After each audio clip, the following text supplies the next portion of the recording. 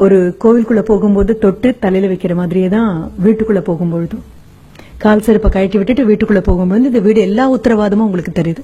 உங்களோட இந்த அறையில உட்காம பக்கத்து அறையில இருக்கக்கூடிய தாய் தகப்பன் மற்றவர்கள் எல்லார்கிட்டையும் நான் இங்க வரதுக்கு முன்னால வந்திருக்கேங்கிற விஷயத்த அவங்க கிட்ட சொல்லிட்டு தான் வந்தேன். இன்னொன்னு சொன்னேன், திரும்பி போகும்போது மறுபடியும் உங்ககிட்ட சொல்லிட்டு போறேன் அப்படின்னு. அப்பா அம்மாவா இருக்கிறது இந்த வயசுல உங்களுக்கு புரியாது. எந்த பொருளையும் அனுபவிக்கிற வரைக்கும் அதனுடைய தேவை நம்ம உணர்ந்ததே கிடையாது.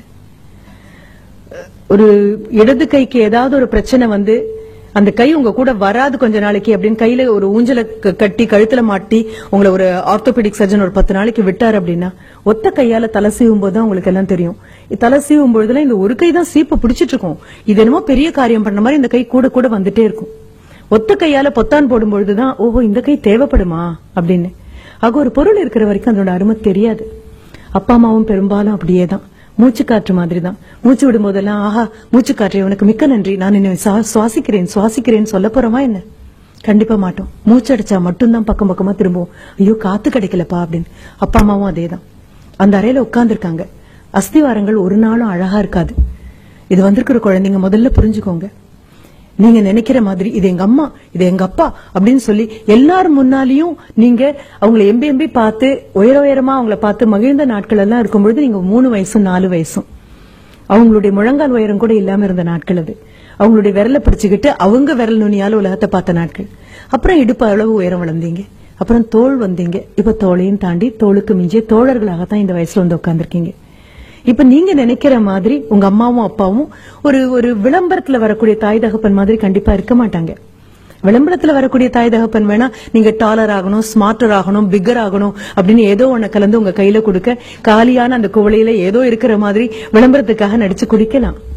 ஆனா இந்த தாய் தகப்பன் அப்படி எல்லாம் கொண்டு வந்து கொடுக்கற தாய் தகப்பன் இல்ல. உங்ககிட்ட ஆட்டோகிராஃப் கேட்கிற தாய் தகப்பன் இல்ல. இல்ல உங்க நண்பன் கிட்ட பாடா எங்க அம்மா பாருப்பா எங்க அப்பா பாருப்பா, இதெல்லாம் இல்ல. எப்படியும் 40-45 தொட்டிருப்பாங்க, இல்ல தொடக்கூடிய தூரத்துலதான் இருப்பாங்க. எப்படியோ அம்மாவுக்கு ஒரு முதுகு வலியோ முழங்கால் வலியோ வந்துட்டு போகும். சொல்லாம ஒரு தலைவலி வரும். கலகலன்னு சிரிச்சுட்டு ஓடிட்டு இருந்த ஒரு அம்மா, நீ திரும்பின பொழுதெல்லாம் உனக்கு விதவிதமா சமைச்சு கொடுத்துட்டு இருந்த அம்மா கொஞ்சம் ஸ்லோ டவுன் ஆக ஆரம்பிச்சிருப்பாங்க. சமையல் கட்டுல நின்னு 1 நிமிஷத்துக்கு 2 நிமிஷம் எங்க வச்சேனே தெரியல, இப்ப அடிக்கடி ஞாபகம் மறதி வருது அப்படின்னு சொல்லுவாங்க. ஃப்ரிட்ஜை திறந்து வச்சுட்டு ரொம்ப நேரம் அங்கேயே பாத்துட்டு இருப்பாங்க. என்னம்மா அப்படின்னு. அதுதான் எனக்கும் புரியல, ஏன் ஃப்ரிட்ஜை திறந்தேன்னு எனக்கு தெரியல அப்படின்னு. அப்பா என்ன பண்ணுவாரு, சென்டர் ஸ்டாண்ட் போட்டு வண்டியை நிறுத்திட்டு இருந்த அப்பாவுடைய தலைகொள்ளாம இருந்த முடியெல்லாம் பார்த்து நீ இப்படி அண்ணாந்து பார்த்தது உண்டு. எல்லாம் கொழிஞ்சு இப்ப முன்னெத்தி எல்லாம் பின்னெத்தி வரைக்கும் போயாச்சு. ஆக அப்படிப்பட்ட அப்பா இப்ப சைட் ஸ்டாண்ட் போட்டுட்டு வராரு. அப்படியே வந்து உட்காந்து அப்பா அப்படின்னு கால் நீட்டுறாரு. அம்மா ஓடி போயிட்டோம்னா தண்ணி கொண்டு வந்து கொடுக்குறாங்க. நகர்ந்து நின்னு பாருங்க, ஒன்னும் அவசரம் இல்ல, விலகி பாருங்க. பார்க்க பரிணாம வளர்ச்சியில தாயும் தகப்பனும் முதுமையை நோக்கி எப்படி போயிட்டே இருக்காங்கன்னு பாருங்க. அப்படி உட்கார்ந்துட்டு இருக்கக்கூடிய ஒரு அப்பா அப்படின்னு சொல்லும் பொழுது அப்பாவுடைய பார்வையில் நிறைய மாற்றம் வந்துச்சு. அம்மா அப்பாக்காக வேற மாதிரி சமைக்கிறாங்க. உங்களுக்கு ரோஸ்ட் போட்டு 4 பக்கம் நெய் ஊத்தி எண்ணெய் ஊத்தி எல்லாம் பண்ணி போதுமா முருகலா இருக்கா அப்படின்னு அந்த தோசைக்கல்ல விட்டு தோசை ஐயோ எடுத்துட்டு என்ன இதுக்கு மேல இருந்தா தீஞ்சு போயிருவேன் அதுவே எழுந்து வர அளவுக்கு அதை முருகலா பண்ணி கொண்டு வந்து கொடுத்து காதுல ஒரு பென்சில் மாதிரி ஒண்ணு வச்சுட்டு என்னப்பா உனக்கு வேணும் அப்படின்னு பக்தி பரவசத்தோட பாக்கும்போது இன்னும் ஒண்ணு கூட அப்படின்னு சொல்லுவீங்க. ஆனா அப்பா தட்ட பாத்தீங்கன்னா இந்த முருகல் தோசையெல்லாம் போய் ரொம்ப நாள் ஆச்சு. ஒரு இட்லி பாத்திரம் மூடி எடுத்து வச்சு அம்மா மூடி வச்சு இது பண்ணிருப்பாங்க. கொஞ்சம் பாருங்க, அவங்களுக்கு வயசு மட்டுமே ஆகல, அந்த வயசு தேவையில்லாத நோய்களுக்கெல்லாம் மிகப்பெரிய விண்ணப்பமாகவும் கை நீட்டி உட்கார்ந்துருக்கு. அப்புறம் தேங்காய் சட்னி இல்லையா, தக்காளி சட்னி இல்லையா அப்படியெல்லாம் கேட்க கூட உங்களுக்கு தெரியாது. ஒயிட் சட்னி இல்லையா, ரெட் சட்னி இல்லையா அப்படிலாம் கேட்கதானே தெரியும். தமிழ் அந்த அளவுக்கு பழக்கத்துல இருக்கு அப்படின்னு சொல்லி கேட்டு அம்மா ஓடி வந்து ஐயோ இன்னைக்கு இல்லப்பா சாம்பார் தானா, சரி பரவாயில்ல 2 வேணாம், ஒரு தோசை இன்னொன்னு போடுங்க. ஒன்னும் குறைய போறது இல்ல. ஆனாலும் கேக்குற தோனி அப்பாவை பாத்தீங்கன்னா அப்பாவுடைய உணவு முறையில மாற்றம் இருக்கும். நடையில அந்த பழைய ஸ்பீடெல்லாம் ஒன்னும் இல்ல. பாக்கணும், நான் என்ன அவங்கவுங்க அம்மா அப்பாவை தானே பாக்க சொல்றேன். இதுக்காக பக்கத்து வீட்டு குழந்தைய கூட்டிட்டு வர முடியும், வாடகை கொடுத்து இவங்களை பாத்துட்டு போ அப்படின்னு சொல்ல. உங்களுக்கே அதற்கான அவகாசமும் நேரமும் இல்ல அப்படின்னா வேற என்ன பண்றதுக்காக தான் உங்களுக்கு இப்ப நாங்க கல்வியை கொடுத்துட்டு இருக்கோம். 24 மணி நேரத்துல உருப்படியா செஞ்ச எதுவுமே இல்ல.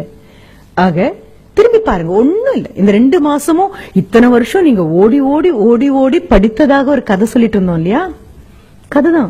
ஆசிரியர்களான எங்களுக்கு நல்லாவே தெரியும். அது ஓடுற மாதிரி ஒரு நடிப்பு, நீங்க ஓடுற மாதிரி நடிப்பீங்க, நம்புற மாதிரி நாங்க நடிப்போம், படிக்கிற மாதிரி நடிப்பீங்க, படிச்ச மாதிரி நாங்க நம்புவோம். இதுக்கு நடுவுல ஏதோ சில மார்க்.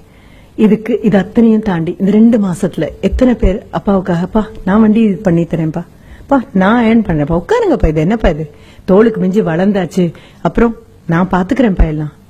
இதற்காக அடுத்த குழந்தைய வாடகை எடுக்க முடியாது. நீ சின்னதா பிறக்கிற வரைக்கும் எல்லாம் கேட்டது, மகனா மகளான்னு யாரும் கேட்கல, சார் பையனா பொண்ணா அப்படின்னு. பிறந்த உன்னை கையில எடுத்ததுக்கு அப்புறம் பையன் பொண்ணெல்லாம் கிடையாது, அந்த வார்த்தைகளே இல்ல. மகனா மகளா கையில ஒரு குழந்தைய வச்சுட்டு நிக்கும் போது அம்மாவானாலும் அப்பாவானாலும் நினைப்பாங்க, இதுக்கு ஒரு 18 வயசு ஆகும், என் கை கால்லாம் கொஞ்சம் தளர்ந்து போகும், அவ்வளவேதான். சாஞ்சுக்கு தோளா என் பையன் இருப்பான், சாஞ்சுக்கு தோளா என் பொண்ணு இருப்பா அப்படின்னு காத்துட்டு இருக்கக்கூடிய நேரத்துல கையில ஒரு மொபைல் போன் எடுத்துட்டு போன் வந்த அடுத்த நிமிஷம் நீ வீட்டை விட்டு வெளியில போய் வராண்டால நிக்கிறல்ல, யார் தோல்ல சாஞ்சுக்க போறாங்க? யோசிச்சு பாரு. ஒண்ணும் இல்ல, நான் சின்ன சின்ன விதைகளை மட்டும் தான், குற்றமே இல்ல, நமக்கு தெரியாது, நம்ம இன்னும் குழந்தைங்களா இருக்கும். அப்பா அம்மா முடிஞ்சதா, தாத்தா பாட்டின்னு வீட்டுல இருக்காங்க. இந்த தாத்தா பாட்டி பண்ண பெரும் தியாகம் தான் அப்பா அம்மாவா வந்திருக்கும். அப்பாவும் அம்மாவும் பண்ண பெரும் தியாகம் தான் நீங்க இங்க வந்திருக்கீங்க. இது அத்தனையும் புரிஞ்சுக்கோங்க. அடுத்தது பள்ளிக்கூடத்துல இருக்கக்கூடிய அந்த ஆசிரியர்கள் ரொம்ப அழகா இருக்கும். எனக்கு ரொம்ப சந்தோஷமான அனுபவமாக நான் பகிர்ந்து கொள்ளக்கூடியது.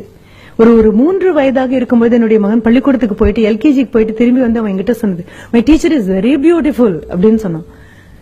இந்த வார்த்தை ஆச்சரியமா இருந்தது. அது ஒரு 3 வயது குழந்தை போய் பள்ளிக்கூடத்துல திரும்பி வந்து அன்றே சொன்னது ரொம்ப ஆச்சரியமாக இருந்தது. சரி, ஒரு 2 நாள் கழிச்சு போய் இந்த பியூட்டிஃபுல்லான டீச்சரை பார்க்கலாம் அப்படின்னு.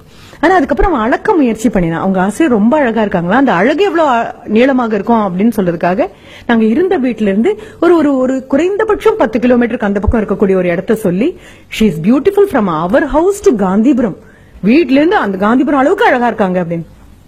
இது அளக்க கூட முயற்சி பண்றானே, கண்டிப்பா இந்த ஆசிரியரை பார்த்தே ஆகணும். ஒரு 4 நாள் கழிச்சு போனா தலையெல்லாம் குப்புன்னு நரைச்சு தோளெல்லாம் சரிஞ்சு சுலபமா ஒரு 58 தாண்டி இருப்பாங்கல்ல, தாண்டறதுக்காக இருப்பாங்க. அந்த ஆசிரியர் ஏன் அழகா இருந்தாங்கன்னு எங்களுக்கு எப்ப புரிஞ்சது அப்படின்னா, வரக்கூடிய ஒவ்வொரு குழந்தைகிட்டையும் அந்த குழந்தை உயரத்துக்கு மண்டி போட்டு அந்த குழந்தை உயரத்துக்கு தோளை அரவணைச்சு, ஆமா நேத்து ஏன் வரல, ரொம்ப மிஸ் பண்ணேன் தெரியுமா உன்ன அப்படின்னு சொன்னாங்க. அவங்க பேருக்கு பின்னால என்ன பட்டோன்னு தெரியாது, அது என்ன பேருன்னு தெரியாது, எத்தனை வருஷம் அனுபவம் தெரியாது. ஆனா ஒண்ணு தெரியும், குழந்தைங்களை அவங்களுக்கு தெரியுது, குழந்தைங்களுக்கு அவங்கள தெரியுது, அவ்வளவேதான். அரவணைச்சு கூப்பிட்ட போது நான் நினைச்சேன், ஐயோ என் பையன் அளந்த தூரம் 10வது போல இருக்கே, இன்னொரு 100 கிலோமீட்டருக்கு அந்த பக்கம் வரைக்கும் ஒரு இடத்த சொல்லி அவ்வளவு அழகா இருக்காங்க. ஒரு ஒற்றை நிமிடம் உங்களுடைய 1ஆம் வகுப்பிலிருந்து 12ஆம் வகுப்பு வரைக்கும் உங்க விரல பிடிச்சு உங்களை கூட்டிட்டு வந்த ஆசிரியர்களை ஒரு நிமிஷம் யோசிச்சு பாருங்கன்னு சொன்னதுடைய அர்த்தம் அதுதான். இந்த அஸ்திவாரங்கள் அழகாவே இருக்காதுப்பா. அஸ்திவாரம் அழகா இருக்காதுன்னு சொல்லும் போதுதான் இந்த 3 பேரை நான் சொன்னேன். அம்மாவும் அப்பாவும் ஆசிரியர்களும் நீங்க நினைக்கிற மாதிரி அழகா இருக்கணுங்கிற அவசியம் கிடையாது. ஆனா இன்னி தேதிக்கு உலக பேரழகி யார் அப்படின்னு சொன்னா, ஒரு 10 ஜட்ஜ் உட்கார்ந்து திருப்பி ஒரு 15 கேள்வியை கேட்க, முகம் எல்லாம் திருத்தப்பட்டு, உயரங்கள் எல்லாம் திருத்தப்பட்டு, உருவ அளவுகள் திருத்தப்பட்டு உங்க முன்னால கொண்டு வந்து நிறுத்தக்கூடிய பெண் அல்ல உலக பேரழகியாக இருக்கும். கண்ணமுடி பாத்தீங்கன்னா அவங்க அம்மாவை மிஞ்சி ஒரு அழகி கிடையாது. உலக பேரழகன் யாராக இருக்க முடியும்? தோல் தளர்ந்து, முகத்தை சுத்தி, கண்ணை சுத்தி கருவளையம் வந்து, தலையில் இருக்கக்கூடிய முடியெல்லாம் கொட்டி ஒரு நிமிஷம் பெருமூச்சு விட்டு, இந்த பையன் படிச்சு மேல வந்துட்டானா போதும்பா, எனக்கு ஒண்ணும் கொடுக்க வேண்டாம், அவன் காலை ஊனிக்கட்டும் அப்படின்னு ஒவ்வொரு நாளும் உங்களுக்கு தெரியாம மனதுக்குள்ள பிரார்த்திக்கக்கூடிய உங்க அப்பாவை மிஞ்சி உலகத்துல பேரழகான ஒரு உருவம் எதுவுமே கிடையாது. நீங்க வரீங்கன்னு தெரிஞ்சு ஊரார் பிள்ளைய ஊட்டி வளர்க்கணும் அப்படிங்கறதுக்காகவே ஒவ்வொரு நாளும் கல்வியை டிஃபன் பாக்ஸ்ல போட்டு சுமந்து திணிச்சு அமுக்கி கொண்டு வரக்கூடிய உங்க ஆசிரியரை விட மிகப்பெரிய ஒரு நபர் உலகத்துல கிடையாது. ஆனா இது 3 அஸ்திவாரம். எந்த கட்டடத்துக்கும் அஸ்திவாரம் அழகா இருக்க வேண்டிய அவசியம் கிடையாது. அஸ்திவாரம் போட்ட அடுத்த நிமிஷம் அதுக்கு பூச்சி அடிக்கிற ஆட்கள் யாரும் கிடையாது. அஸ்திவாரத்துக்கு அலங்காரம் பண்ற ஆட்கள் யாரும் கிடையாது. அஸ்திவாரத்தினுடைய அழகு என்ன தெரியுமா? உறுதி மட்டும்தான் அதனுடைய அழகு. தாயும் தகப்பனும் சொல்லிக் கொடுத்த ஆசிரியரும் உங்களை உருப்பட வைக்கிறதுங்கிற ஒற்றை எண்ணத்துல உறுதியா நிக்கிறதுனால மட்டும்தான் மேலெழும்பக்கூடிய கட்டடங்கள் அவ்வளவு அழகா இருக்கு. உங்களுடைய ஜியோமெட்ரி பாக்ஸ் இருக்கும் தெரியுமா? அந்த ஜியோமெட்ரி பாக்ஸ் காம்பஸ்னு ஒண்ணு இருக்கும். அந்த காம்பஸ்னுடைய ஒத்த கால ஊனி அசையாம அது நின்னா மட்டும்தான் அடுத்த கால் எவ்வளவு பெரிய வட்டம் வேணாலும் சுத்த முடியும். நான் சொன்ன ஆசிரியரும் அம்மா அப்பாவும் அந்த ஒற்றை கால் இடத்தை விட்டு நகரல.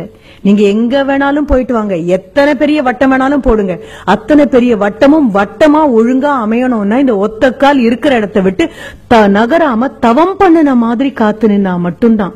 இந்த போன கால் சுத்திட்டு வராமையும் போகலாம், போன கால் திரும்பியும் வரலாம்.